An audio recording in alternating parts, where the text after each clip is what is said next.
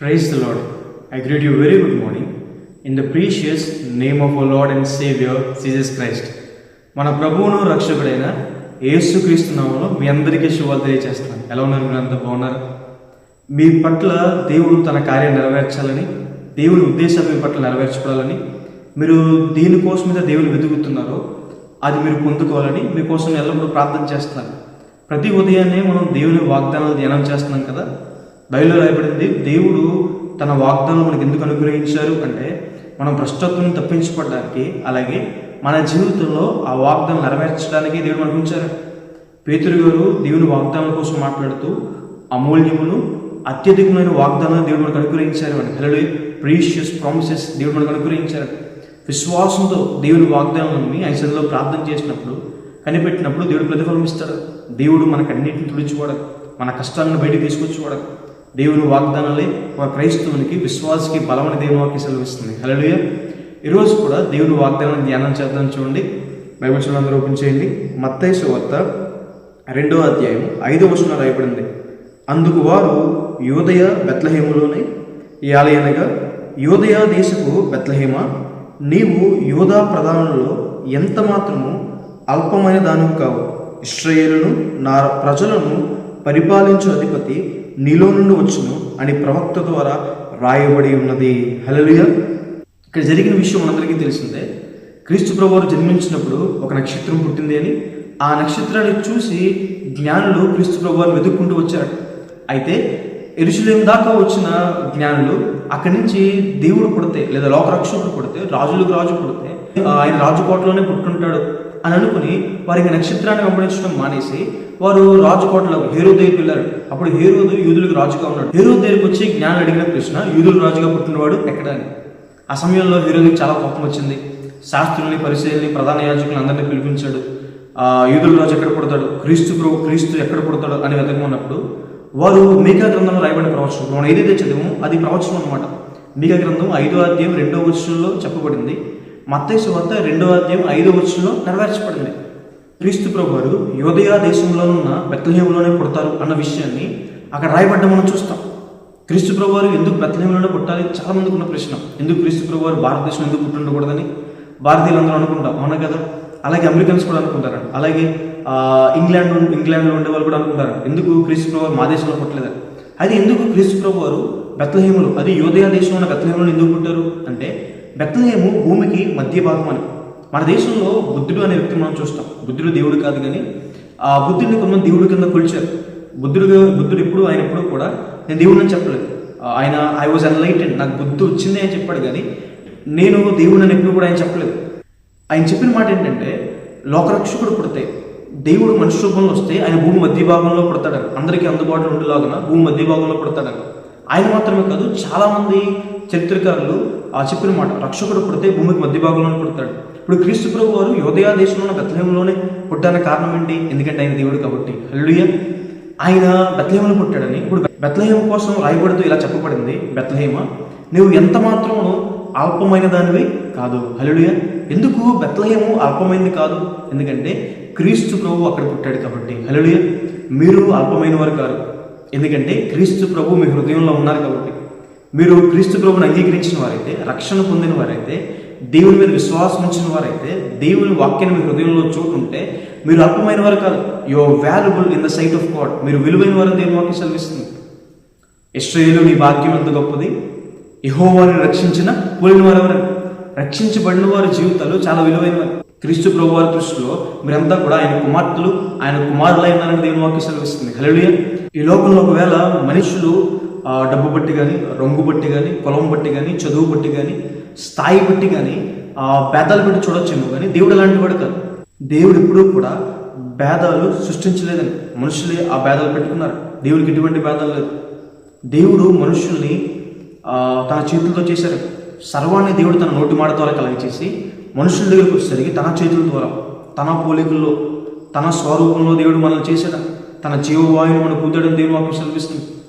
మనం ఎలా బ్రతకాలో, మనుషులమైన మనం ఎలా బ్రతకాలో, ఎలా ఉండాలో, ఏం చేయాలో చేయకూడదు ఆయన ఆజ్ఞలు ఇచ్చాడు.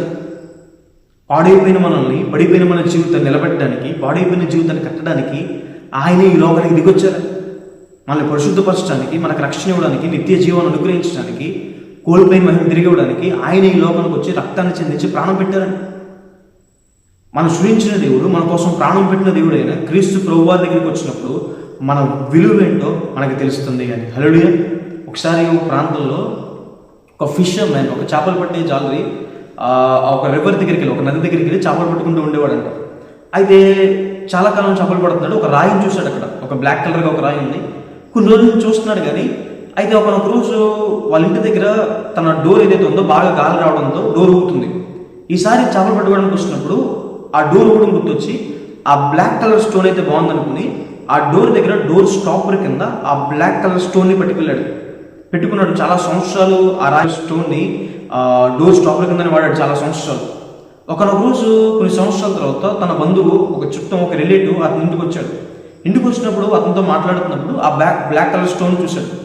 అతనికి రాక్స్ మీద అవగాహన ఉంది. తన ఫ్రెండ్స్లో కొంతమంది ఆ రాక్స్ మీద రీసెర్చ్ చేసేవారు, పరిశోధన చేసేవారు. తనకి ఫ్రెండ్స్ ఉన్నారు. అతను చూస్తూ అన్నాడు, ఈ రాయి మామూలైంది కాదనుకుంటున్నాను, ఇది విలువైంది అనుకుంటున్నాను, దయచేసి నా స్నేహితుడి దగ్గర తీసుకెళ్తాం, అతడు రాళ్ళ మీద బాగా పరిశోధన చేస్తాడంటే సరే తీసుకెళ్ళారు. తీసుకెళ్ళినప్పుడు చూస్తే అది కొన్ని కేజీల బంగారం అంటారు. అది ఎందుకు ఈ మాట చెప్తున్నానంటే, అది ఏంటో తెలియనప్పుడు, దాని విలువ తెలియనప్పుడు ఎక్కడ పడారు? డోర్ స్టాప్ కింద. దాని విలువ ఎవరి దగ్గరికి వెళ్తే తెలిసింది? దానికోసం అవగాహన ఉన్న వ్యక్తి దగ్గరికి వెళ్తే తెలిసింది. మన జీవితం యొక్క విలువ, మనిషి జీవితం యొక్క విలువ ఎప్పుడు తెలుస్తుంది? మనిషి ఎందుకున్నాడు, ఎందుకు జీవిస్తున్నాడు, ఎక్కడికి వెళ్తాడు అన్న ప్రశ్నలకు సమాధానం ఎక్కడ దొరుకుతుందంటే క్రీస్తు ప్రభువారి దగ్గర. ఈ లోకంలో మన జీవితాన్ని మన ఆలోచన ప్రకారం కానీ, లేదా పాపానికి కానీ, సాతానికి కానీ అప్పగించినప్పుడు సాతాను మన జీవితాన్ని పాడు చేస్తాడు. బైబిల్లో ఒక వ్యక్తి యెరూషలేము నుండి ఎరుకోకు వెళ్ళిపోతున్నాడు. యెరూషలేము అనగా దేవుని మందిరం, దేవుని మహిమ ఉండే చోటు. ఎరుకో బాగా దిగుస్తూ అక్కడ వెళ్ళిపోతున్నాడు. అలా వెళ్ళిపోతున్న వ్యక్తి దొంగల చేతిలో పడిపోయాడు. దొంగలు బాగా కొట్టారు, ఉన్నదంతా దోచేసుకున్నారు, కొనుగోలుతో విడిచిపెట్టారు, వస్త్రాలు కూడా లాగేసుకున్నారు. అలాంటి సందర్భంలో దొంగలు అతన్ని మొత్తం ఎంటీ చేసేసినప్పుడు, మొత్తం ఖాళీ చేసేసినప్పుడు ఒక సమరయుడు, అడుగు వెళ్తున్న సమరయుడు చూసి అతని గాయాలు కట్టి పోటు వాని ఇంట్లో అతను చేర్చారు. సాతాను మనల్ని ఖాళీ చేస్తాడు, మంచి సమరయుడిగా వచ్చిన క్రీస్తు ప్రభు వారు మనల్ని తిరిగి నిలబడతాడు అని. హల్లెలూయా. బైబిల్లో మనం నయోమి అనే ఆమెను చూస్తాం. ఆమె బెత్లెహేములో ఉండేది. అయితే ఒకనొక రోజు బెత్లెహేమును విడిచిపెట్టి మోయాబు దేశానికి వెళ్ళిపోయిందండి.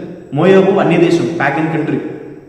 అన్య దేశానికి వెళ్ళిపోయిన నయోమి జీవితంలో అన్నీ కోల్పోయింది. ఏం కోల్పోయింది? భర్తను కోల్పోయింది, 2 పిల్లలు కోల్పోయింది. అన్నీ కోల్పోయి మరలా తిరిగి బెత్లెహేముకు వచ్చినప్పుడు దేవుడు ఆమె జీవితాన్ని మరలా కట్టాడు. ఆమెకి మంచి జీవితాన్ని, మంచి కుటుంబాన్ని దేవుడు ఆమెకు అనుగ్రహించాడు. మనం ఆరాధించే దేవుడు తిరిగి మన జీవితాన్ని నిలబెట్టగల శక్తి, సామర్థ్యం కలిగి కూడా ఆయన రిస్టోర్ చేయగలడని, ఆయన మరలా సమకూర్చగలడని. ఎందుకంటే ఆయన మనల్ని చేశాడు కాబట్టి, ఆయన మనకు ప్రాణం పెట్టాడు కాబట్టి మన విలువ ఏంటో ఆయనకు తెలుసండి. హల్లెలూయా. ఆయన మనల్ని ఎంతో ప్రేమించాడు కాబట్టి మన కొరకు ప్రాణం పెట్టాడు. మీరు విలువ పెట్టి కొనబడిన వారిని దేవుని వాక్యం సెలవిస్తుంది. హల్లెలూయా. ఇప్పుడు చూడండి, బయట ఎక్కడైనా మార్కెట్కి వెళ్తాం. మార్కెట్కి వెళ్ళినప్పుడు ఏదైతే కాస్ట్లీ ఉందో దానికి ఆ కాస్ట్ చెల్లిస్తాం, అవునా కదా? తక్కువ కాస్ట్ ఉన్న దానికి తక్కువ వెల చెల్లిస్తాం. ఇప్పుడు క్రీస్తు ప్రభు వారు వెండితో కాదండి మనం కొనుక్కుంది, బంగారంతో కాదండి మనం కొనుక్కుంది. ఆయన తన అమూల్యమైన రక్తం చేత మనం కొనుక్కున్నారండి. దానికి ఎవరు వెలకడతారు? దేవుని రక్తానికి. దాంతో దేవుడు మనం కొనుక్కున్నారని దేవుని వాక్యం సెలవిస్తుంది. You are valuable in the sight of God. దేవుని దృష్టిలో మీరు విలువైన వారని. బైబిల్లో తప్పిపోయిన కుమారుడు ఉపమానం మనం చూస్తాం.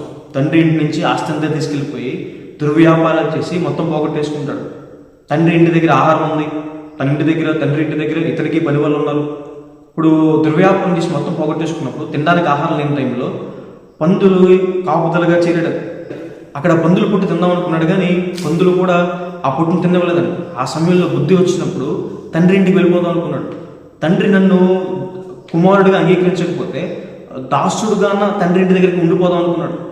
అయితే దూరం నుంచి కుమారుడు తిరిగి రావడం చూసిన తండ్రి పరిగెట్టుకుంటూ వెళ్ళి హత్తుకుని కుమారుడిగా చేర్చుకున్నాడు. హల్లెలూయా. చెప్పులు లేవు, కొత్త చెప్పులు ఇచ్చాడు. వస్త్రాలు లేవు, చిరిగిపోయిన మంచి వస్త్రాలు ఇచ్చాడు. చేతులకి ఏమి ఆభరణాలు లేవు, మంచి ఉంగరం పెట్టాడు. బాగా ఆకలుతున్నాడు కుమారుడు, మంచి విందు చేయించాడు తండ్రి. దాసుడుగా అయినా నా తండ్రి నన్ను చేర్చుకుంటే చాలు, ఆ ఇంట్లో పనివాడుగా ఉంటే చాలు అనుకున్నాడు కుమారుడు. అయితే తండ్రి తనని సొంత కుమారుడుగా మరలా చేర్చుకున్నాడు అని. హల్లెలూయా. దేవుని దృష్టిలో మన విలువ ఏంటి? దేవుని మన విలువ ఏంటంటే మనం దేవుని కుమారులము, దేవుని కుమార్తెలమై ఉన్నాము అని. హల్లెలూయా. అదే మనకి విలువ. బైబిల్ సెలవిస్తుంది కదా, రాజులైన యాజక సమూహమై ఉన్నారని దేవుని వాక్యం సెలవిస్తుంది. మీరు ఎంత మాత్రం అల్పమైన వారు కాదు. బైబిల్లో ఒకసారి క్రీస్తు ప్రభు వారు కొంతమందిని పిలుస్తూ ఇలా అంటారు, ఆశీర్వదించబడిన వారులారా మీ కొరకు సిద్ధపరచబడిన రాజ్యాన్ని స్వతంత్రించుకున్నారు. ఏంటి ఆశీర్వాదం? వారికి ఏం ఆశీర్వాదం ఉందని దేవుడు వారి కొరకు రాజ్యాన్ని సిద్ధపరిచి ఉంచారు? డబ్బు ఉందనా, కులం ఉందనా, చదువు ఉందనా, అందం ఉందనా, ఏముందని దేవుడు వారికి ఒక రాజ్యాన్ని సిద్ధపరిచి ఉంచాడు? దాంట్లో దేవుడు వారిని రమ్మని పిలుస్తున్నాడు అంటే వారు క్రీస్తు ప్రభువుని కలిగి ఉన్నారు కాబట్టి వారు ఆశీర్వదించబడిన వారని. Hallelujah. If you have Jesus in your heart, మీ హృదయంలో క్రీస్తు ప్రభు వారు ఉంటే, మీరు రక్షించబడిన వ్యక్తి అయితే, మీరు మారు మనసు పొందిన వ్యక్తి అయితే, దేవుని మీద విశ్వాసం ఉంచిన వ్యక్తి అయితే, దేవుని మీద భయభక్తులు కలిగిన వ్యక్తి అయితే, you are valuable in the sight of God. Hallelujah. దేవుని దృష్టిలో మీరు విలువైన వారు. ఏది కూడా మీ విలువని దేవుని దగ్గర తగ్గించలేదు.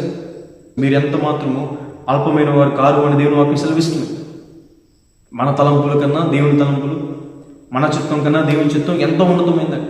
మన జీవితం ఎప్పుడైతే దేవుని చేతిలో పెడతామో దేవుడు మనల్ని బహుబలంగా వాడుకుంటాడు. తన చిత్తాన్ని మనం సమర్పించుకుంటామో ఆయన చిత్తాన్ని మన పట్ల దేవుడు నెరవేరుస్తారని దేవుని వాక్యం సెలవిస్తుంది. కాబట్టి ఈ వాక్యం విశ్వసించండి. ఎవరైనా తక్కువగా చూస్తున్నారా, బాధపడుతున్నారా, శ్రమ పడుతున్నారా, మీరు విలువైన వారని. హల్లెలూయా. మనం దేవుని సొత్తు అయిందని దేవుని వాక్యం సెలవిస్తుంది. సంఘము దేవుని స్వాస్థ్యమైందని దేవుని వాక్యం సెలవిస్తుంది. రక్షించబడిన మీరు, దేవుని మీద విశ్వాసం ఉంచిన మీరు దేవుని సొత్తు అయి ఉన్నారు. సర్వ సృష్టి దేవుంది. కొండలు, లోయలు, సకల చరాచర సృష్టి కూడా దేవుంది. అయితే ఇప్పుడు దేవుని దగ్గరికి వచ్చి ప్రభువా నీ స్వాస్థ్యం ఏది, నీ ఆస్తి ఏది అంటే దేవుడు రక్షించబడిన విశ్వాసాన్ని, తన సంఘాన్ని దేవుడు స్వాస్థ్యంగా చూపిస్తాడంట. హల్లెలూయా. తన ఆస్తిగా చూపిస్తాడంట. ఎంత విలువ అది, అవునా కదా? బైబిల్ వాక్యం సెలవిస్తుంది దేవుడు తన స్వాస్థ్యాన్ని విడిచిపెట్టేవాడు కాదని. దేవుడు తన స్వాస్థ్యాన్ని పోషిస్తాడు. దేవుడు తన స్వాస్థ్యాన్ని, తన సంఘాన్ని దేవుడు కాపాడుతాడు. ఆయన సంఘంలో ఉండడమే, రక్షించబడమే మన గొప్ప భాగ్యం అని.